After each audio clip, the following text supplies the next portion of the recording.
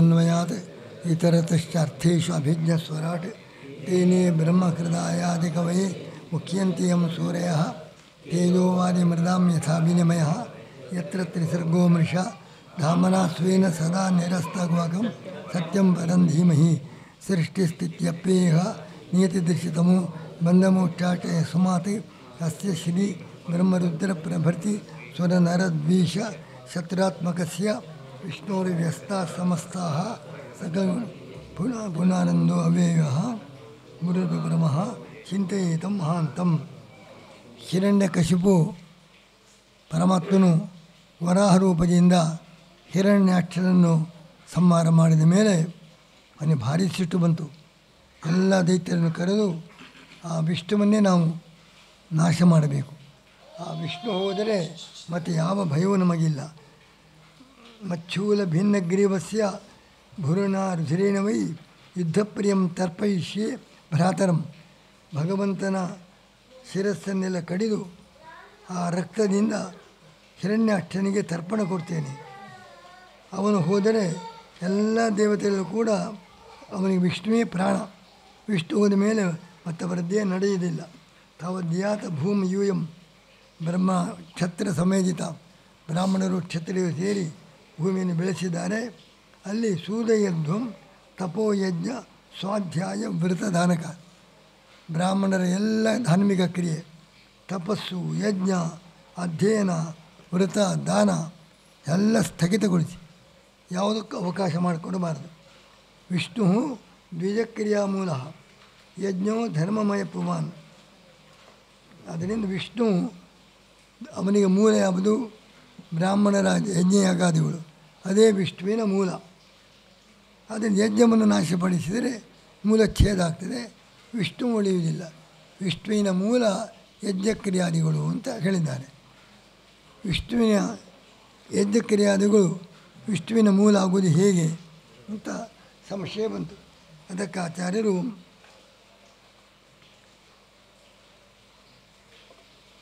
ಇದು ಅಸುರರ ಮತ, ಅವರು ತಿಳ್ಕೊಂಡದ್ದು ಹಾಗೆ. ಪರಮಾತ್ಮನ ಮೂಲ ಯಜ್ಞ. ಯಜ್ಞ ಆಗಾದ ಹೇಳಿದರೆ ಮಾತ್ರ ಪರಮಾತ್ಮ ಗಟ್ಟಿಯಾಗ್ತಾನೆ. ಯಜ್ಞಕ್ರಿಯಾದಲ್ಲಿ ನಿಂತರೆ ಪರಮಾತ್ಮ ಮತ್ತೆ ವ್ಯಾಪಾರ ನಡೆಯುವುದಿಲ್ಲ ಅಂತ ಇದು ಅಸುರರು ತಿಳ್ಕೊಂಡದ್ದು. ಆ ಪ್ರಕ್ರಿಯೆ ಇಟ್ಟುಕೊಂಡು, ಇದು ಸಿದ್ಧಾಂತ ಅಲ್ಲ, ತತ್ವ ಅಲ್ಲ, ಹಿರಣ್ಯಕಶಿಪು ತಿಳ್ಕೊಂಡ ವಿಷಯ. ಅದನ್ನು ಹೇಳ್ತಾರೆ, ವಿಷ್ಣು ವಿಪ್ರಯಜ್ಞಾದಿ ಮೂಲಂತೂ ಹರಿಹಿ. ಪರಮಾತ್ಮನಿಗೆ ಮೂಲ ಬ್ರಾಹ್ಮಣರ ಯಜ್ಞ ಇತಿ ಆಸುರ ಮತ. ಅದು ಅಸುರ ಮತ. ಅದನ್ನು ತಿಳ್ಕೊಂಡು ಅವನು ಹೇಳಿದ, ಯಜ್ಞಾದಿಗಳಿದ್ದರೆ ಮಾತ್ರ ವಿಷ್ಣು ಉಳಿಯುವುದು, ಯಜ್ಞಾದಿಗಳನ್ನು ಭಗ್ನಗೊಳಿಸಿದರೆ ಮತ್ತೆ ವಿಷ್ಣು ಉಳಿಯುವುದಿಲ್ಲ ಅಂತ ಭ್ರಾಂತಿ ಅವರು. ಹರಿರೇವ ಈ ಸರ್ವಸ್ಯ ಮೂಲಂ ಸಮ್ಯಕ್ ಮತ ನೃಪ. ಆದರೆ ನಿಜವಾದ ಸತ್ಯಾಂಶ ಯಜ್ಞಾದಿ ಎಲ್ಲದಕ್ಕೂ ಪರಮಾತ್ಮನೇ ಮೂಲ. ಅದು ತಿಳ್ಕೊಳ್ಳದೆ ಪರಮಾತ್ಮನಿಗೆ ಯಜ್ಞವೇ ಮೂಲ ಅಂತ ತಿಳ್ಕೊಂಡು ಯಜ್ಞವನ್ನು ಭಗ್ನಗೊಳಿಸಿದರೆ ದೇವರ ಕಥೆ ಮುಗಿಯುತ್ತದೆ ಅಂತ ಅದು ಅಸುರರು ತಿಳ್ಕೊಂಡದ್ದು ವಾಸ್ತವ ಸಂಗತಿ ಅಲ್ಲ ಅಂತ ಅದನ್ನು ಬಿಡಿಸಿದ್ದಾರೆ.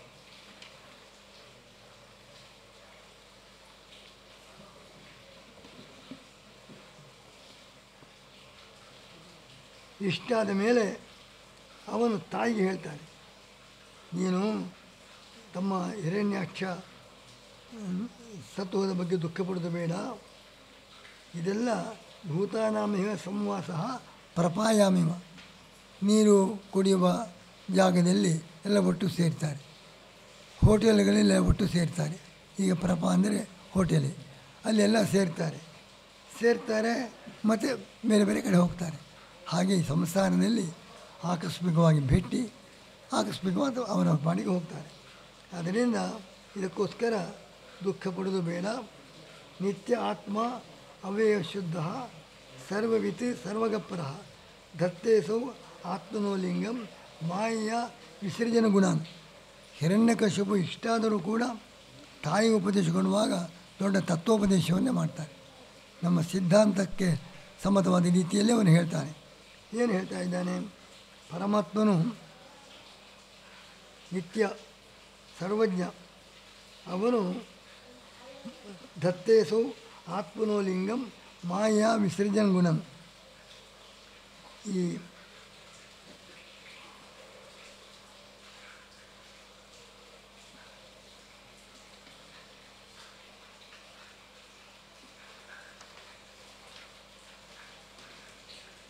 ಆತ್ಮನಃ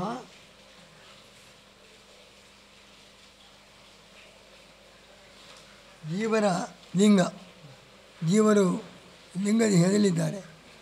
ಮನಸ್ಸು ಇಂದ್ರಿಯಾದಿಗಳು ಜೀವನ ಲಿಂಗ. ಅದವರಿಗೆ ಅದನ್ನು ಪರಮಾತ್ಮ ಧಾರಣೆ ಮಾಡ್ತಕ್ಕವನು. ದತ್ತೇಸೌ ಆತ್ಮನಃ ಲಿಂಗಂ ಅಂದರೆ ಆಚಾರ್ಯ ಹೇಳ್ತಾರೆ, ಜೀವಮನ ಆದೀನಾಂ ಆಧಾರಂ ಬ್ರಹ್ಮ. ಲಿಂಗ ಅಂದರೆ ದೇಹ ಮತ್ತು ಮನಸ್ಸು, ಇದೇ ಲಿಂಗ. ಜೀವನಿದ್ದಾನೆ ಗೊತ್ತಾಗೋದು ಯಾವುದರಿಂದ? ಕಣ್ಣಿಗೆ ಕಾಣಿಸುವುದಿಲ್ಲ. ದೇಹ ಇಂದ್ರಿಯಾದಿಗಳಿಂದ ಜೀವನ ಅಸ್ತಿತ್ವ ಗೊತ್ತಾಗ್ತದೆ. ಜೀವನ ಲಿಂಗ ಯಾವುದು? ಲಿಂಗ ಅಂದರೆ ಜ್ಞಾಪಕ. ಬೆಂಕಿಗೆ ಲಿಂಗ ಯಾವುದು? ಧೂಮ. ಧೂಮದಿಂದ ಬೆಂಕಿಯನ್ನು ತಿಳ್ಕೊಳ್ತೇವೆ. ಯಾವುದು ಜ್ಞಾಪಕವೋ ಅದನ್ನು ಲಿಂಗ ಅಂತ ಕರೀತೇವೆ. ಜೀವ ಅವನಿಗೆ ಲಿಂಗ ಯಾವುದು? ಮನಸ್ಸು ಮತ್ತು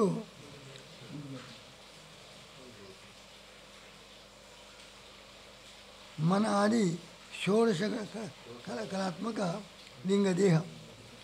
ಮನಸ್ಸು ಮುಂತಾದ ದೇಹ ಅದು ಲಿಂಗ ದೇಹ. ಒಂದು ಲೀನಂ ಅರ್ಥಂ ಗಮಯತಿ, ಅಲ್ಲಿ ಜೀವ ಇದ್ದಾನೆ. ಜೀವ ಇದ್ದಾನೆ ಅಂತ ತಿಳಿಸಿಕೊಡುವುದು ಲಿಂಗ ದೇಹದಿಂದ. ಆದರೆ ಲಿಂಗ ಅಂದರೆ ಲಿಂಗ ದೇಹ, ಮನಸ್ಸು ಮುಂತಾದವುಗಳಿಗೆ ಆಶ್ಚರ್ಯವಾದ ಲಿಂಗ ದೇಹ. ಆ ಲಿಂಗ ದೇಹಂ ಧತ್ತೆ, ಜೀವನ ಲಿಂಗ ದೇಹಕ್ಕೆ ಧಾರಕ ಪರಮಾತ್ಮ. ಹೊರತು ನಮಗೆ ಅಪಾರ್ಥ ಆಗ್ತದೆ. ಆತ್ಮನಃ ಜೀವನೇ ನಿತ್ಯ, ಆತ್ಮ ಜೀವನ ನಿತ್ಯ. ಇವನು ಲಿಂಗ ದೇಹವನ್ನು ಧರಿಸಿಕೊಂಡಿದ್ದಾನೆ. ಈ ದೇಹಕ್ಕೆ ಆಶ್ರಯ ಜೀವ. ಆ ಜೀವನ ವರ್ಣನೆ ನಿತ್ಯ, ಆತ್ಮ, ಅವ್ಯಯ, ಶುದ್ಧ, ಸರ್ವಜ್ಞ, ಸರ್ವವ್ಯಾಪ್ತ. ಯಾರು? ಅಸೌ ಈ ಜೀವ ಅಂತ ಭ್ರಾಂತಿ ಬರ್ತದೆ. ಜೀವನಲ್ಲ, ಪರಮಾತ್ಮ, ಸರ್ವಜ್ಞ ಸರ್ವಗತ ಪರಮಾತ್ಮ.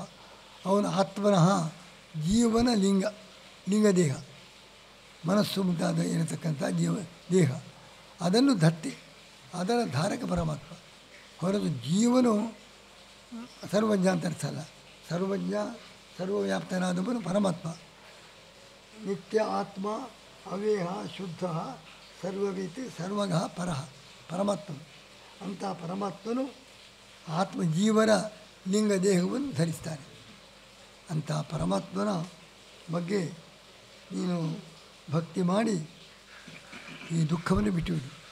ಎಲ್ಲ ಪರಮಾತ್ಮದಿಂದ ಆಗ್ತದೆ. ಅವನೇ ಸ್ವಾಮಿ, ನಮಗೆಲ್ಲ ಧಾರಕ.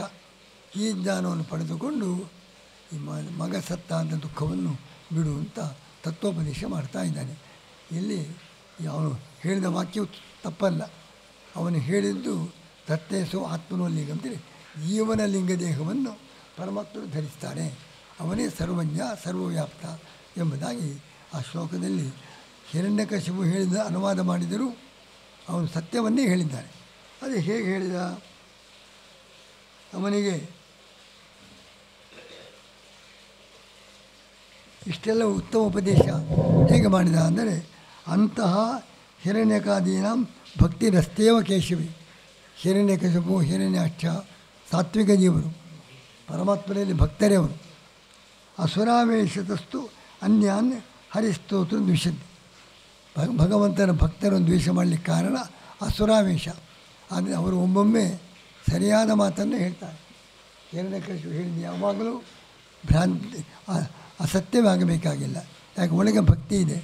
ಆ ಸಜ್ಜನದಿಂದ ಈ ಮಾತು ಬರ್ತಾ ಇದೆ. ಶಿಶುಪಾಲನೇ ಹೇಳ್ತಾರೆ, ಒಮ್ಮೊಮ್ಮೆ ಕೃಷ್ಣ ನೋಡೋದು ನನಗೆ ಭಾರಿ ಭಕ್ತಿ ಬರ್ತಾ ಇದೆ ಅಂತ. ಅದರಿಂದ ಅಂತಹ ಹಿರಣ್ಯಕಾದೀನಾಂ ಭಕ್ತಿರಸ್ತೇವ ಕೇಶವಿ ಅಸುರಾವೇಶತಸ್ತು ಅನ್ಯಾನ್ ಹರಿಸ್ತೋತ್ರ ದ್ವಿಷನ್. ಅಸುರಾವೇಶದಿಂದ ದ್ವೇಷ. ಅದು ಹಿರಣ್ಯಕಶಿಪುನು ಇಷ್ಟೆಲ್ಲ ಭಾರಿ ಮಂತ್ರ ಹೇಳಿದಲ್ಲದು ಪಿಶಾಚಿಯಿಂದ ಗೀತೆ ಆ ಶ್ಲೋಕ ಪಠಣದ ಹಾಗೆ ಇಂಥ ಹಿರಣ್ಯಕಶಿಪುನಿಂದ ಇಂಥ ಉತ್ತಮ ಸಿದ್ಧಾಂತ ಹೇಗೆ ಬಂತು ಅಂತ ಕೇಳಿದ್ರೆ, ಅವನಲ್ಲಿ ಅಸುರಾವೇಶ ಇದ್ದರೂ ಅವನು ಸಜ್ಜನನಾದ ಪ್ರಯುಕ್ತ, ಭಕ್ತಿ ಇದ್ದ ಪ್ರಯುಕ್ತ ಪರಮಾತ್ಮನೇ ಸರ್ವಜ್ಞ ಸರ್ವಗತ. ಜೀವನ ದೇಹಕ್ಕೆಲ್ಲ, ಲಿಂಗ ದೇಹಕ್ಕೆಲ್ಲ ಅವನೇ ಆಶ್ಚರ್ಯ ಅಂತ ಪರಮಾತ್ಮನ ಮಹಿಮೆಯನ್ನು ಹೇಳಿ ತತ್ವೋಪದೇಶ.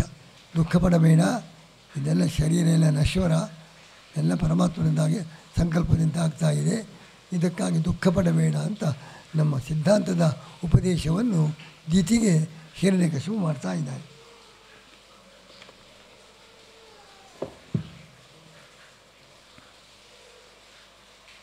ಸಂಭವಶ್ಚ ವಿನಾಶಶ್ಚ ಶೋಕಶ್ಚ ವಿವಿಧ ಅವಿವೇಕಶ್ಚ ಚಿಂತಾ ಚ ವಿವೇಕ ಸ್ಮೃತಿರೇವ ಚ.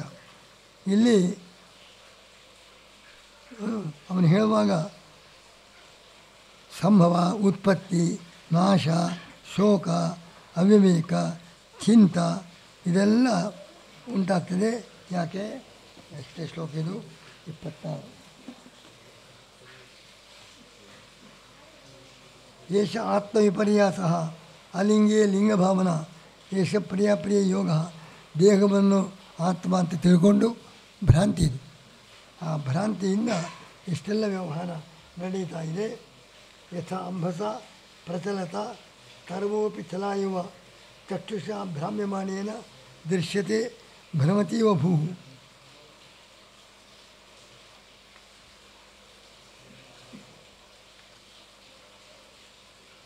ಏವಂ ಗುಣೈ ಭ್ರಾಮ್ಯಮಾಣಿ ಮನಸ್ಸು ಅವಿಕಲ್ಪವಾನ್ ಯಾತಿ ತತ್ಸಾಮ್ಯತಾಂ ಭದ್ರೇ ಅಲಿಂಗೋ ಲಿಂಗವಾನಿಮ. ಈ ನೀರು ಚಲಿಸ್ತಾ ಇದ್ದರೆ ಮರಗಳೇ ಚಲಿಸಿದಂತೆ ಕಾಣಿದೆ. ದೋಣಿಯಲ್ಲಿ ಹೋಗುವಾಗ ನಾವು ಚಲನೆ ಆಗ್ತಾ ಇದೆ, ಎಲ್ಲ ಮರಗಳೇ ಹೋಗುವಂತೆ ಕಾಣಿಸ್ತಾ ಇದೆ. ಇದು ಭ್ರಾಂತಿ. ಯಥಾ ಅಂಬಸ ಪ್ರಚಲತ ಸರ್ವೋಪಿ ಚಲಾಯುವ. ಕಾರಲ್ಲಿ ಜೋರಾಗಿ ಹೋಗ್ತಾ ಇದ್ದರೆ ಕಾರು ಓಡಾಡ್ತಾ ಇದೆ, ನಮಗೆ ಮರಗಳೇ ಓಡಾಡ್ತಾ ಇವೆ, ಹಿಂದೆ ಹೋಗ್ತಾ ಇವೆ ಅಂತ ಭ್ರಾಂತಿ ಬರ್ತದೆ. ಚಕ್ಷುಷ ಭ್ರಾಮ್ಯಮಾಣಿನ, ಕಣ್ಣು ತಿರುಗುತ್ತಾ ಇದ್ದರೆ ಭೂಮಿಯೇ ಸುತ್ತು ತಿರುಗಿದಂತೆ ಭ್ರಾಂತಿ ಬರ್ತದೆ. ಅದೇ ರೀತಿ ಏವಂ ಗುಣೈ ಭ್ರಾಮ್ಯಮಾಣಿ ಮನಸ್ಸಿ, ಸತ್ವರಜಸ್ತಮೋಗುಣಿಗಳಿಂದ ಮನಸ್ಸಿನಲ್ಲಿ ದೋಷ ಬಂದು ಅದರಿಂದ ಪುರುಷನಿಗೆ ದೋಷ ಬರುತ್ತೆ.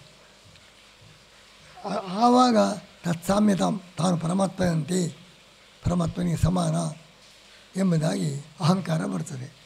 ಎಂಬುದಾಗಿ ಅಲಿಂಗೋ ಲಿಂಗವಾನಿವ, ಪರಮಾತ್ಮ ಲಿಂಗ ಇಲ್ಲ, ಅವನಿಗೆ ದೇಹ ಉಂಟು, ಅವನು ನಮ್ಮಂತೆ ಮನುಷ್ಯ, ನಾನೇ ಪರಮಾತ್ಮ, ಇದೆಲ್ಲ ಭ್ರಾಂತಿ ಬರಲಿಕ್ಕೆ ಹೇಗೆ ನೀರಿನ ಚಲನೆಯಿಂದ ಮರಗಳ ಚಲನೆ ಭ್ರಾಂತಿ, ಕಣ್ಣು ತಿರುಗಿದಾಗ ಭೂಮಿಯೇ ತಿರುಗಿತು ಎಂಬ ಭ್ರಾಂತಿಯಂತೆ ಈ ಸತ್ವ ರಜೋಸ್ತಮೋ ಗುಣಗಳಿಂದ ಜೀವನಿಗೆ ಅಲಿಂಗೋ ಲಿಂಗವಾನಿಮ, ದೇಹ ಇಲ್ಲ ಪರಮಾತ್ಮನಿಗೆ, ಅವನು ದೇಹವುಳ್ಳವನಂತೆ, ಜೀವನಂತೆ, ಜೀವನಿಗೆ ಸಮಾನ, ಅವನೇ ನಾನು ಎಂಬಂಥ ಭ್ರಾಂತಿ ಬರಲಿಕ್ಕೆ ಕಾರಣ ಸತ್ವರಜಸ್ತಮೋ ಗುಣಗಳಿಂದ ಮನಸ್ಸು ಕೆಟ್ಟು ಹೋಗಿ ಜೀವನದಲ್ಲಿ ದೋಷ. ಆದ್ದರಿಂದ ಜೀವನ ದೋಷದಿಂದ ಈ ಭ್ರಾಂತಿ ಬರ್ತದೆ. ಹೇಗೆ? ಅಸಮಂ ಲಿಂಗವಾನಿವ ಜೀವ ಇವ, ಪರಮಾತ್ಮನ ಜೀವನಂತೆ ಎಂಬ ಅಲಿಂಗ ಲಿಂಗವಾನಿವ. ಅಲಿಂಗ ಅಂತ ಪರಮಾತ್ಮ, ಅವನು ಯಾವ ದೇಹವೂ ಇಲ್ಲ, ಅವನು ಲಿಂಗವಾನಿವ, ಅವನೇ ನಮ್ಮಂತೆ ದೇಹ ಉಂಟು ಎಂಬುದಾಗಿ ಪರಮಾತ್ಮನನ್ನು ತನ್ನಂತೆ ತಿಳ್ಕೊಳ್ಳಲಿಕ್ಕೆ ಅವನಲ್ಲಿರುವ ದೋಷವೇ ಕಾರಣ. ಹೇಗೆ ಜಪಾಕ ಸುಮ ಇದ್ದರೆ ಸ್ಫಟಿಕವೇ ಕೆಂಪು ಅಂತ ಕಾಣಿಸುವಂತೆ ಅಂಥ ದೋಷ ಸಂಪರ್ಕದಿಂದ ಜೀವನದಲ್ಲಿ ಇಂಥ ಭ್ರಾಂತಿ ಬರ್ತದೆ ಅಂತ ಆಚಾರ್ಯರು ಬಿಡಿಸ್ತಾರೆ. ಅಸಮಂ ಸಮತಾಮೇತಿ, ಪರಮಾತ್ಮನಿಗೆ ಸಮನಲ್ಲ, ಸಮ ಅಂತ ಭ್ರಾಂತಿ ದೃಷ್ಟಿಯವ, ಪರಮಾತ್ಮ ನಮ್ಮಂತೆ, ಇದು ಕೇವಲ ಭ್ರಾಂತಿ. ಜೀವೇನ ಬ್ರಹ್ಮನ ಸಮಂ, ಪರಮಾತ್ಮ ಜೀವನಿಗೂ ಸಾಮ್ಯ ಇಲ್ಲ ತತ್ವದೃಷ್ಟಿಯ, ತಾತ್ವಿಕವಾಗಿ ಜೀವನಿಗೆ ಪರಮಾತ್ಮನ ಸಾಮ್ಯ ಇಲ್ಲ. ಆದರೂ ಅಸಮಂ ಸಮತಾಮೀತಿ ಭ್ರಾಂತಿ ದೃಷ್ಟಿಯವ, ಭ್ರಾಂತಿಯಿಂದ ನಾನು ಪರಮಾತ್ಮನು ನಮ್ಮಂತೆ ನಮ್ಮ ಜ್ಞಾನ ಬರ್ತದೆ. ಯಥಾ ಉದಚಲನಾತ್ ವೃಕ್ಷ ಪ್ರತಿಬಿಂಬ ಪ್ರಚಾಲನಾತ್ ತಟಸ್ಥ ವೃಕ್ಷಚಲನ ಕಲ್ಪಯಿತು. ವೃಕ್ಷದ ಪ್ರತಿಬಿಂಬ ಚಲಿಸ್ತಾ ಇದೆ ನೀರಲ್ಲಿ, ಅದರಿಂದ ಮರವೇ ಚಲಿಸ್ತಾ ಇದೆ ಅಂತ ಭ್ರಾಂತಿ ಬರ್ತದೆ. ಯಥಾ ಉದಚಲನಾತ್, ನೀರು ಚಲಿಸುವಾಗ ಅದರಲ್ಲಿ ಪ್ರತಿಬಿಂಬವು ಚಲಿಸ್ತಾ ಇದೆ, ನಮಗೆ ಮರವೇ ಚಲಿಸ್ತಾ ಇದೆ ಅಂತ ಭ್ರಾಂತಿ ಬರ್ತದೆ. ಯಥಾ ಉದಚಲನಾತ್ ವೃಕ್ಷ ಪ್ರತಿಬಿಂಬ ಪ್ರಚಾಲನಾತ್ ತಟಸ್ಥ ವೃಕ್ಷಚಲನಂ ಕಲ್ಪಯಿತಬುಧ. ಮರದಲ್ಲಿ ತೀರದಲ್ಲಿ ಮರ ಉಂಟು, ಅವನು ಅದನ್ನು ನೋಡ್ತಾ ಇಲ್ಲ, ನೀರು ನೋಡ್ತಾ ಇದ್ದಾನೆ. ನೀರು ಚಲನೆ ಆಗುವಾಗ ಮರವು ಚಲಿಸ್ತಾ, ಮರವೇ ಚಲನೆ ಆಗ್ತಾ ಇದೆ ಅಂತ ಅಜ್ಞಾನಿಗೆ ಭ್ರಾಂತಿ ಬರ್ತದೆ. ಯಥಾ ತಥಾ ಮನಸ್ಸಿಗೆ ಈ ದೋಷಿ, ಮನಸ್ಸಿನಲ್ಲಿರುವ ದೋಷದಿಂದ ಜೀವನಾಭಾಸ, ಜೀವನೇ ದೋಷವೇ. ಇಲ್ಲೇನಾಗಿದೆ? ನೀರಿನ ಚಲನೆಯಿಂದ ನಿಜವಾದ ಮರದ ಪ್ರತಿಬಿಂಬದಲ್ಲಿ ಚಲನೆಯ ಭ್ರಾಂತಿ, ಚಲನೆ. ಆದ್ದರಿಂದ ಮರವೂ ಚಲಿಸ್ತಾ ಇದೆ. ಮರದ ಪ್ರತಿಬಿಂಬ ನೀರು, ನೀರಿನ ಚಲನೆಯಿಂದ ಮರದ ಪ್ರತಿಬಿಂಬದ ಚಲನೆ, ಅದರಿಂದ ಮರವೇ ಚಲಿಸ್ತದೆ ಅಂತ. ಅಂತಃಕರಣದಿಂದ ಜೀವನಲ್ಲಿ ದೋಷ, ಜೀವ ಪ್ರತಿಬಿಂಬ, ಆದ್ದರಿಂದ ಪರಮಾತ್ಮನಲ್ಲಿ ದೋಷಾರೋಪಣೆ. ಅಲ್ಲಿ ಮರ, ಅದರ ಪ್ರತಿಬಿಂಬ ಮತ್ತು ನೀರು, ಇಲ್ಲಿ ಗುಣತ್ರಯಗಳು, ಮನಸ್ಸು ಗುಣತ್ರಯ, ಅದು ನೀರಿನ ಸ್ಥಾನದಲ್ಲಿ. ಅದರಲ್ಲಿ ಆಗುವ ಪರಿಣಾಮದಿಂದ ಪ್ರತಿಬಿಂಬ ಜೀವನಲ್ಲಿ ದೋಷ ಬರ್ತದೆ. ಜೀವನ ದೋಷದಿಂದ ಪರಮಾತ್ಮನಲ್ಲಿ ಚಲನೆ ಉಂಟು, ದೋಷ ಉಂಟು ಅಂತ ಭ್ರಾಂತಿ ಬರ್ತದೆ. ಯಥಾ ಉದಚಲನಾತ್ ವೃಕ್ಷ ಪ್ರತಿಬಿಂಬ ಪ್ರಚಾರನಾಥ್, ನೀರಿನ ಚಲನೆಯಿಂದ ಮರದ ಪ್ರತಿಬಿಂಬದಲ್ಲಿ ಚಾಲನೆ, ಅದರಿಂದ ತಟಸ್ಥ ವೃಷ್ಟಿ ಚಲನ, ತೀರದಲ್ಲಿರುವ ಮರದ ಚಲನೆ ಭ್ರಾಂತಿ. ತಥಾ ಮನಸ್ಸಿನ ದೋಷದಿಂದ ಆಭಾಸ, ಜೀವನಿಗೆ ದೋಷ, ಅದರಿಂದ ಬ್ರಹ್ಮನಿಗೆ ಬಿಂಬಭೂತಿಯ ಜೀವನ ಪ್ರತಿಬಿಂಬ, ಬಿಂಬರೂಪಿಯಾದ ಪರಮಾತ್ಮನಿಗೂ ದೋಷ, ನಮ್ಮಂತೆ ಅವನಿಗೆ ದುಃಖ ಉಂಟು, ಇದೆಲ್ಲ ಭ್ರಾಂತಿ ಬರ್ತದೆ. ಆತ್ಮನಃ ಚಕ್ಷುಷಃ ಭ್ರಾಂತಿಯ ಯಥಾ ಪಶ್ಯೇತ್ ಭ್ರಮ, ಕಣ್ಣಿನ ಭ್ರಮಣದಿಂದ ಭೂಮಿಯಲ್ಲಿ ಭ್ರಮಣ ಅಂತ ತಿಳ್ಕೊಳ್ತಾನೆ. ಅದೇ ರೀತಿ ತಥೈವ ಸ್ವಾತ್ಮನೋ ದೋಷಾತ್, ನಮ್ಮ ದೋಷದಿಂದ ಬ್ರಹ್ಮನಲ್ಲಿ ದೋಷದ ಕಲ್ಪನೆ ಎಂಬುದಾಗಿ ಭ್ರಾಂತಿ ಬರಲಿಕ್ಕೆ ಕಾರಣ ಮನಸ್ಸಿನ ದೋಷ ಕಾರಣ ಎಂಬುದಾಗಿ. ಪರಮಾತ್ಮನಲ್ಲಿ ದೋಷ ಇಲ್ಲ.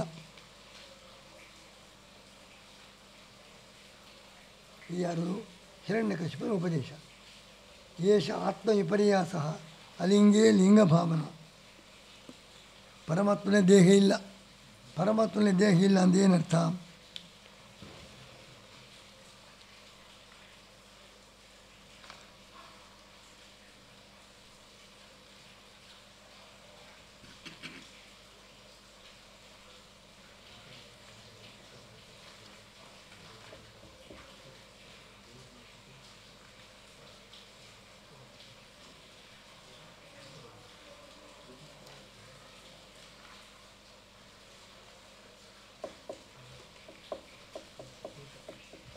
ಮತ್ತು ಸಮ್ಮವಶ್ಚ ವಿನಾಶಶ್ಚ ಶೋಕಶ್ಚ ವಿವಿಧ ಸ್ಮೃತಃ ಅವಿವೇಕಶ್ಚ ಚಿಂತಾ ಚ ವಿವೇಕ ಸ್ಮೃತಿರೇವ ಚ ಎಂಬುದಾಗಿ. ಅಲಿಂಗೇ ಲಿಂಗಭಾವನ, ಪರಮಾತ್ಮ ದೇಹ ಇಲ್ಲ, ದೇಹ ಉಂಟು ಅಂತ ಭ್ರಾಂತಿ. ಇದೆಲ್ಲ ಕಾರಣ ನಮ್ಮ ದೋಷದಿಂದ ಜೀವನ ದೋಷ, ಮನಸ್ಸಿನ ದೋಷ, ಮನಸ್ಸಿನ ದೋಷದಿಂದ ಜೀವನಿಗೆ ದೋಷ, ಜೀವನ ದೋಷದಿಂದ ಪರಮಾತ್ಮ ವಿಷಯದಲ್ಲಿ ಭ್ರಾಂತಿ. ನೀರಿನ ಚಲನೆಯಿಂದ ಪ್ರತಿಬಿಂಬದ ಚಲನೆ, ಅದರಿಂದ ಮರದ ಚಲನೆ ಆಗ್ತದೆ ಅಂತ ಭ್ರಾಂತಿ. ಇನ್ನು ಇದೆಲ್ಲ ಇದರಿಂದ ಈ ಥರದಿಂದ ಈ ಮನೋದೋಷದಿಂದ ಉತ್ಪತ್ತಿ, ನಾವು ಹುಟ್ಟಿದೆವು, ನಾಶ, ದುಃಖ ಅಂತಃಕರಣ, ನಮ್ಮಲ್ಲಿ ದುಃಖ ಬಂತು, ಅವಿವೇಕ, ಚಿಂತೆ, ವಿವೇಕ, ಸ್ಮೃತಿ ಎಲ್ಲ ದೋಷಗಳು ಬರಲಿಕ್ಕೆ ಈ ಮನೋದೋಷವೇ ಕಾರಣ. ಇದೆಲ್ಲ ಸರಿ. ಸಂಭವ, ವಿನಾಶ, ಹುಟ್ಟು, ಸಾವು, ದುಃಖ, ಅವಿವೇಕ, ಚಿಂತ ಎಲ್ಲ ದೋಷವುದು. ವಿವೇಕ ಸ್ಮೃತಿ, ವಿವೇಕವನ್ನು ದೋಷ ಅಂತ ಕರೀತಾರೆ. ಇದೆಂಥದ್ದು ಅಂತ ಭ್ರಾಂತಿ ಬರ್ತದೆ. ಅದಕ್ಕೆ ವಿವೇಕ ಸ್ಮೃತಿ. ವಿವೇಕ ಸ್ಮೃತಿ ಅಂದರೆ ಏನು ಅಂದರೆ ವಿವೇಕ ಭ್ರಾಂತಿ, ವಿವೇಕದ ಭ್ರಾಂತಿ.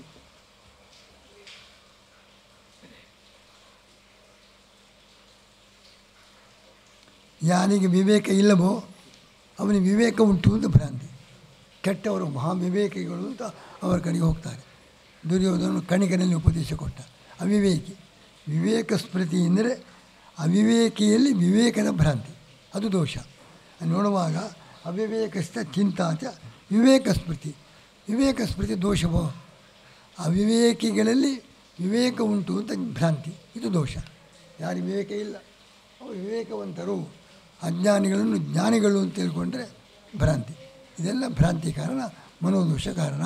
ಆದ್ದರಿಂದ ಇದೆಲ್ಲ ಭ್ರಾಂತಿ ಬಿಟ್ಟುಬಿಡು, ಎಲ್ಲ ಪರಮಾತ್ಮನೇ ಎಲ್ಲವನ್ನು ಮಾಡೋದು ಅಂತ ತಿಳ್ಕೊಂಡು ಜೀವನಿಗೆಲ್ಲ ಇದೆಲ್ಲ ತಾತ್ಕಾಲಿಕ, ಈ ಜೀವನ ಸ್ವರೂಪಕ್ಕೆ ಸೇರಿದ್ದಲ್ಲ ಅಂತೇಳಿ ಹಾಗೆ ಭಾವಿಸಿಕೊಂಡು ಈ ದುಃಖವನ್ನು ತಡೆದುಕೊಳ್ಳು ಎಂಬುದಾಗಿ ಹಿರಣ್ಯಕಶಿಪು ತಾಯಿಗೆ ಹಿರಣ್ಯಾಕ್ಷ ಸತ್ತಾಗ ದುಃಖಪಟ್ಟಾಗ ಈ ದುಃಖವನ್ನು ಮಾಡಬಾರದು, ಎಲ್ಲ ಪರಮಾತ್ಮನ ಅವನೇ ಎಲ್ಲವನ್ನು ಮಾಡಿಸತಕ್ಕವನು ಅಂತೇಳಿ ಪರಮಾತ್ಮನ ಧ್ಯಾನ ಮಾಡಿ ಈ ದುಃಖವನ್ನು ಪರಿಹಾರ ಮಾಡಿಕೊಳ್ಳುವಂಥ ಉಪದೇಶ ಕೊಡ್ತಾರೆ.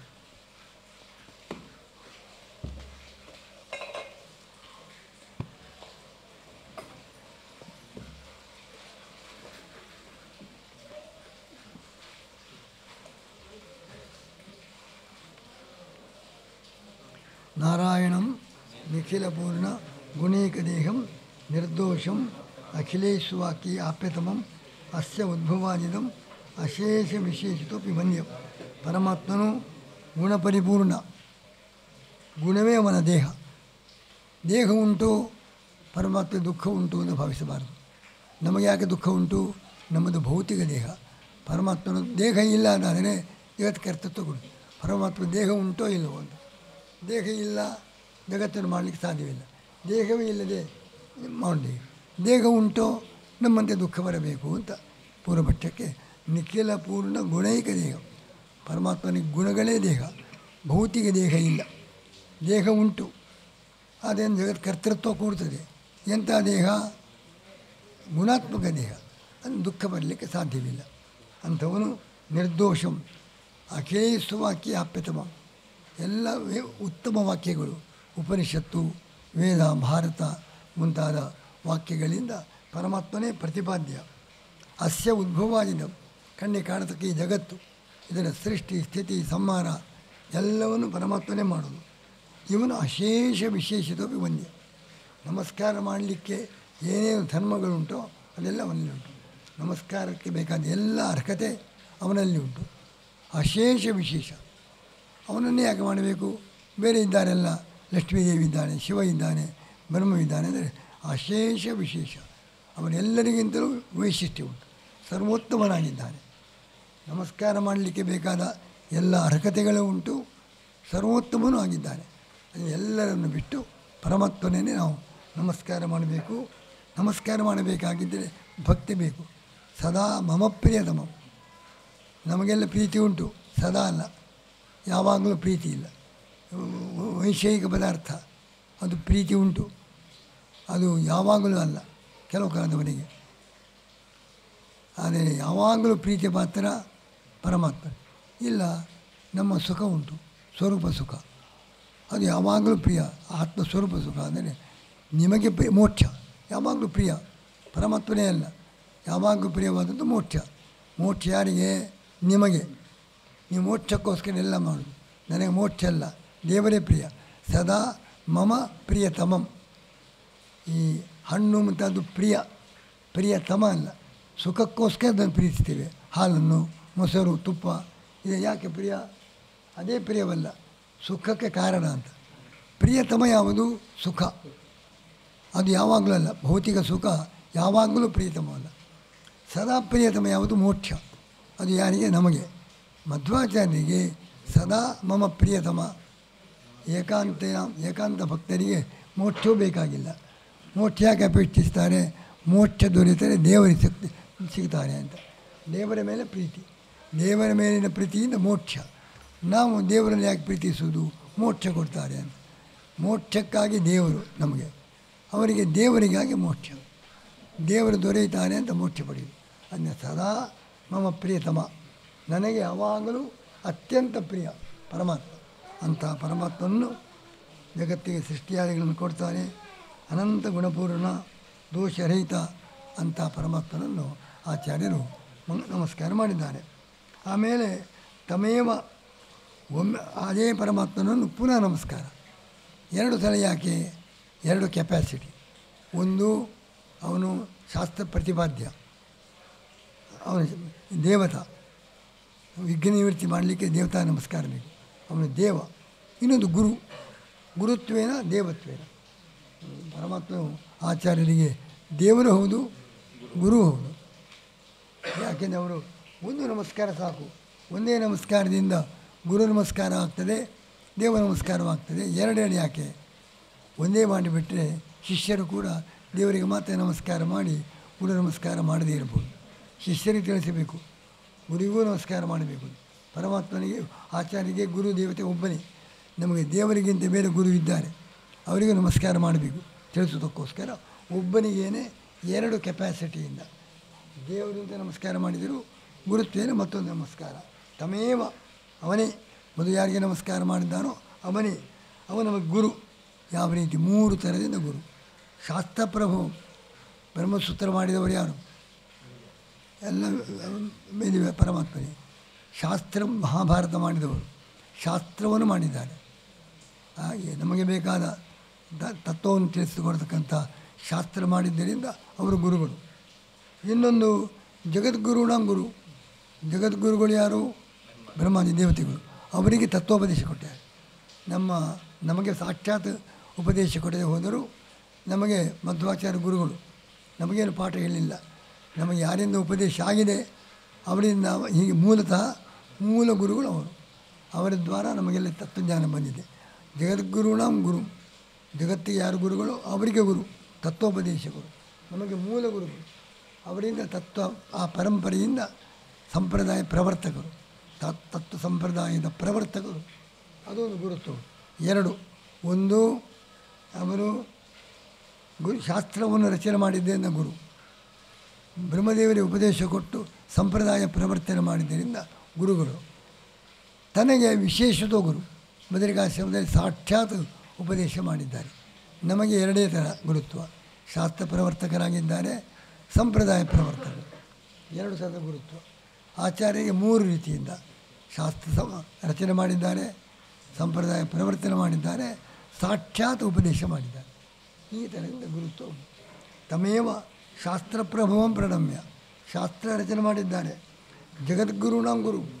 ಜಗತ್ತಿ ಗುರುಗಳಾದ ಬ್ರಹ್ಮಾದಿಗಳಿಗೆ ಗುರುಗಳಾಗಿ ನಮಗೆ ಆ ಸಂಪ್ರದಾಯ ಶಾಸ್ತ್ರದ ಸಂಪ್ರದಾಯವನ್ನು ತಿಳಿಸಿಕೊಟ್ಟಿದ್ದಾರೆ. ವಿಶೇಷತೋ ಮೇ ಗುರು. ನನಗೆ ವಿಶೇಷವಾಗಿ ಗುರುಗಳು. ಅಂಥವರು ಭಗವಂತನನ್ನು ಪರಮಾತ್ಮ ನಮಸ್ಕಾರ ಮಾಡಿ ಪರವಿದ್ಯ ಬ್ರಹ್ಮಸೂತ್ರ ಎಂಬುದು ಪರವಿದ್ಯ. ಅದು ಯಾಕೆ ಅಂದರೆ ಮುಂದೆ ತಿಳಿಸ್ತಾರೆ. ಪರವಿದ್ಯ ವಿದ್ಯೆ ಬೇಜಿದ್ದೇವೆ. 2 ವಿದ್ಯೆ ಬೇಕು. ಒಂದು ವ್ಯಾಕರಣ, ಛಂದಸ್ಸು, ಖಗೋಳ, ಭೂಗೋಳ, ವಿಜ್ಞಾನ, ಇದೆಲ್ಲ ವಿದ್ಯೆ. ಅದು ಅಪರವಿದ್ಯೆ. ಈಗೆಲ್ಲೇನು ಕಾಲೇಜಿಗೆ ಕಲಿಸಿಕೊಡ್ತಾರೆ ಅದೆಲ್ಲ ಅಪರವಿದ್ಯೆ. ಅದೇ ಪರವಿದ್ಯೆ ಅಂದರೆ ಯಾವುದು? ಯಾ ತದಕ್ಷರಂ ಅಧಿಗಮ್ಯತೆ. ಪರಮಾತ್ಮ ಜ್ಞಾನಕ್ಕೆ ಯಾವುದು ಕಾರಣವೋ ಅದು ಪರವಿದ್ಯೆ. ಋಗ್ವೇದಾದಿಗಳು ಕೂಡ ಕರ್ಮವನ್ನು ಬೋಧನೆ ಮಾಡುವಾಗ ಅದು ಅಪರವಿದ್ಯೆ. ಯಜ್ಞಯಾಗಾದಿಗಳನ್ನು ಬೋಧನೆ ಮಾಡುವಾಗ ಅಪರವಿದ್ಯೆ. ಭಗವಂತನ ಬೋಧನೆ ಮಾಡುವಾಗ ಅದು ಬ್ರಹ್ಮಸೂತ್ರದ ಯುಕ್ತಿಯನ್ನಿಟ್ಟುಕೊಂಡು ಬ್ರಹ್ಮಸೂತ್ರದ ಕನ್ನಡಿಯಲ್ಲಿ ವೇದವನ್ನು ನೋಡಿದರೆ ಅದು ಪರವಿದ್ಯೆ. ಆ ಬ್ರಹ್ಮಸೂತ್ರ ತೆಗೆದು ನೋಡಿದರೆ ಅದು ಕರ್ಮವನ್ನೇ ಬೋಧನೆ ಮಾಡ್ತದೆ, ಅದು ಅಪರವಿದ್ಯೆ. ವೇದಾದಿಗಳು ಪರವಿದ್ಯೆ ಆಗ್ತದೆ, ಅಪರವಿದ್ಯೆ. ಕೇವಲ ಪರಮಾತ್ಮನನ್ನೇ ಬೋಧನೆ ಮಾಡಬೇಕು, ಅದು ಪರವಿದ್ಯೆ. ಅಪರವಿದ್ಯೆ ಅಂದರೆ ಪರಮಾತ್ಮ ಬಿಟ್ಟು ಉಳಿದ ವಿಷಯಗಳನ್ನು ಬೋಧನೆ ಮಾಡತಕ್ಕ ವಿದ್ಯೆ ಅಪರವಿದ್ಯೆ. ಈ ಬ್ರಹ್ಮಸೂತ್ರ ಪರವಿದ್ಯೆ. ಯಾಕೆಂದರೆ ಒಂದು ಅದು ಪರಮಾತ್ಮನನ್ನು ತಿಳಿಸಿಕೊಡ್ತಾ ಇದೆ. ವೇದಗಳಿಂದ ಪರಮಾತ್ಮನ ಜ್ಞಾನ ಬರಲಿಕ್ಕೆ ಅದು ಬೇಕು. ಅದೆಲ್ಲದೆ ಹೋದರೆ ವೇದದಿಂದಲೂ ಕೂಡ ಪರಮಾತ್ಮ ಜ್ಞಾನ ಬರುವುದಿಲ್ಲ. ಬರೀ ಕರ್ಮಕಾಂಡ, ಯಜ್ಞ, ಯಾಗ, ಹೋಮ ಇದರದ್ದೇ ಜ್ಞಾನ ಬರ್ತದೆ. ಪರಮಾತ್ಮನ ಜ್ಞಾನ ಬರುವುದಿಲ್ಲ. ಸ್ವರ್ಗಕ್ಕೋಸ್ಕರ ಯಾಗ ಮಾಡಬೇಕು, ಈ ಥರದ ಜ್ಞಾನವೇ ಬರ್ತದೆ. ಆದರೆ ಬ್ರಹ್ಮಸೂತ್ರವನ್ನು ನಾವು ಜೋಡಿಸಿಕೊಂಡರೆ ಎಲ್ಲ ವೇದಗಳಿಂದ ಪರಮಾತ್ಮನ ಜ್ಞಾನವೇ ಬರ್ತದೆ. ಆದ್ದರಿಂದ ಬ್ರಹ್ಮಸೂತ್ರ 2 ರೀತಿಯಿಂದ ಪರವಿದ್ಯೆ. ವೇದಾರ್ಥಗಳನ್ನು ನಿರ್ಣಯ ಮಾಡಿ ವೇದದಿಂದ ಭಗವಜ್ಞಾನ ಬರುವಂತೆ ಅದು ಸಹಾಯಕ. ಸಾಕ್ಷಾತ್ತಾಗಿ ತಾನು ಪರಮಾತ್ಮನನ್ನು ತಿಳಿಸಿಕೊಡ್ತದೆ. ಈ ದೃಷ್ಟಿಯಿಂದ ವೇದವು ಪರವಿದ್ಯೆ. ಬ್ರಹ್ಮಸೂತ್ರದಿಂದ ಜೋಡಿಸಿದಾಗ ವೇದ ಪರವಿದ್ಯೆ, ಬ್ರಹ್ಮಸೂತ್ರವನ್ನು ತೆಗೆದಾಗ ವೇದ ಪರವಿದ್ಯೆ ಆಗುವುದಿಲ್ಲ. ತಾಯೇವ ಪರಮಾವಿದ್ಯಾ ಯದಾ ಅಪರಾವಿದ್ಯಾ ಯದಾ ವಿಷ್ಣು ನವಾಚಕ. ರೆಕಾದಿಗಳು ಪರಾವಿದ್ಯ. ವಿಷ್ಣುವನ್ನು ಬೋಧನೆ ಮಾಡುವಾಗ ಅದು ಪರವಿದ್ಯೆ. ಯಜ್ಞಯಾಗಾದಿಗಳನ್ನು ತಿಳಿದುಕೊಳ್ಳುವಾಗ ಅದು ಅಪರವಿದ್ಯೆ. ಬ್ರಹ್ಮಸೂತ್ರವನ್ನು ಜೋಡಿಸಿದಾಗ ಪರವಿದ್ಯೆ. ಬ್ರಹ್ಮಸೂತ್ರವನ್ನು ಬಿಟ್ಟು ವೇದ ನೋಡಿದರೆ ಅದು ಅಪರವಿದ್ಯೆ. ಬ್ರಹ್ಮಸೂತ್ರ ಯಾವಾಗಲೂ ಪರವಿದ್ಯೆ, ಅಪರವಿದ್ಯೆ ಅಲ್ಲವೇ ಅಲ್ಲ. ಅದು ಯಾವಾಗಲೂ ಪರಮಾತ್ಮನನ್ನೇ ತಿಳಿಸಿಕೊಡ್ತಾ ಇದೆ. ಅಂಥ ಪರಿವಿದ್ಯೆ ಬ್ರಹ್ಮಸೂತ್ರ ಪರವಿದ್ಯೆ. ಆದರೆ ಅದು ಎಲ್ಲ ಬಿಟ್ಟು ಬ್ರಹ್ಮಸೂತ್ರ ವ್ಯಾಖ್ಯಾನ ಮಾಡಲಿಕ್ಕೆ ಅದು ಪರವಿದ್ಯೆಯಾಗಿದೆ, ಸರ್ವೋತ್ತಮ ಶಾಸ್ತ್ರ ಆಗಿದೆ. ಅದರಿಂದ ಅದರ ವ್ಯಾಖ್ಯಾನವನ್ನು ತಾನು ಮಾಡ್ತಾ ಇದ್ದೇನೆ. ಪ್ರಾದುರ್ಭೂತ ಹರಿರ್ವ್ಯಾಸ ವಿರಿಂಚಿ ಬಹುಪೂರ್ವಕೈ ಅರ್ಥಿತಃ ಪರವಿದ್ಯಾಖ್ಯಂ ಚಕ್ರೇ ಶಾಸ್ತ್ರ ಮನುತ್ತಮಂ. ವೇದವ್ಯಾಸದೇವರು ಅವತಾರ ಮಾಡಿ ಭಗವಂತನು ವ್ಯಾಸನಾಗಿ ಬ್ರಹ್ಮರುದ್ರಾದಿಗಳು ಪ್ರಾರ್ಥನೆ ಮಾಡಿದಾಗ ವ್ಯಾಸನಾಗಿ ಅವತಾರ ಮಾಡಿ ಈ ಪರವಿದ್ಯಾತ್ಮಕವಾದ ಈ ಶಾಸ್ತ್ರ ಮಾಡಿದ್ದಾನೆ. ಇದು ಪ್ರಮಾಣ ಯಾಕೆ? ಇದನ್ನು ಮಾಡಿದವರು ಯಾರು? ಗುರುಣ, ಗುರುಗಳಿಗೆ ಗುರುಗಳು. ಗುರುಣಾಂ ಶಾಸ್ತ್ರಾಣಂ ಪ್ರಭವ, ವೇದಾದಿ ಶಾಸ್ತ್ರ ಪ್ರವರ್ತಕ. ಅದರಿಂದ ಒಬ್ಬರು ಪ್ರಮಾಣ ಆಗಬೇಕಾಗಿದ್ದರೆ ಅದನ್ನು ಮಾಡಿದವರು ಅದರ ಜ್ಞಾನ ಇತ್ತಿರಬೇಕು, ಅದು ಗೊತ್ತಿರಬೇಕು. ಆಮೇಲೆ ಅವನು ಮೋಸಗಾರರಾಗಬಾರದು. ವಂಚಕರಾದರೆ ಬುದ್ಧನು ವಂಚನೆ ಮಾಡಿದ, ವಂಚಕರಾಗಬಾರದು. ಅವರಿಗೆ ಆ ವಿಷಯದ ಜ್ಞಾನ ಇರಬೇಕು ಮತ್ತು ಅವರಿಗೆ ಹೇಳಬೇಕು ಅಂತ ಇಚ್ಛೆ ಇರಬೇಕು. ಶಿಷ್ಯರಲ್ಲಿ ಪ್ರೀತಿ ಇರಬೇಕು. ಒಂದು ಅವನಿಗೆ ಆ ಜ್ಞಾನ ಬೇಕು, ಸರಿಯಾದ ಜ್ಞಾನ.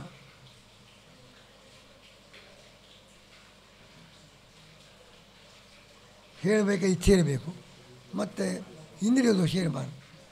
ಇಂದ್ರಿಯ ದೋಷ ಇದ್ದರೆ ಶಬ್ದ ಅಪಾರ್ಥ ಆಗ್ಬೋದು. ವಾಗ್ದೋಷ ಇರಬಾರ್ದು. ಹೇಳಬೇಕು ಅಂತ ಇಚ್ಛೆ ಇರಬೇಕು. ಹೇಳಬೇಕಾದ ವಿಷಯದ ಸರಿಯಾದ ಜ್ಞಾನ ಬೇಕು. ಇದು ಉಂಟು. ಯಾಕೆ? ಗುರುಣಾಂ ಶಾಸ್ತ್ರಾಣಂ ಪ್ರಭವ. ಭಾರತಾದಿ ಶಾಸ್ತ್ರವನ್ನು ಮಾಡಬೇಕಾಗಿದ್ದರೆ ಸಕಲ ಪ್ರಮೇಯವನ್ನು ಹೇಳತಕ್ಕ ವೇದಾದಿಗಳ ಪ್ರವರ್ತಕ ಭಾರತ ಮಾಡಿದ್ದಾನೆ, ವೇದದ ವಿವರಣೆ ಕೊಟ್ಟಿದ್ದಾನೆ. ಇಂಥವರಿಗೆ ಅಜ್ಞಾನ ಇರಲಿಕ್ಕೆ ಸಾಧ್ಯವಿಲ್ಲ. ಅದು ಯಥಾರ್ಥ ಜ್ಞಾನ ಉಂಟು. ಗುರುಣಾಂ ಶಾಸ್ತ್ರಾಣಂ ಪ್ರಭವ. ಬ್ರಹ್ಮಾದಿ ದೇವತೆಗಳಿಗೆ ಗುರು, ದೊಡ್ಡ ಶಾಸ್ತ್ರ ರಚನೆ ಮಾಡಿದ್ದಾರೆ. ಅಂಥವರು ಮಾಡಿದ್ದಾರೆ.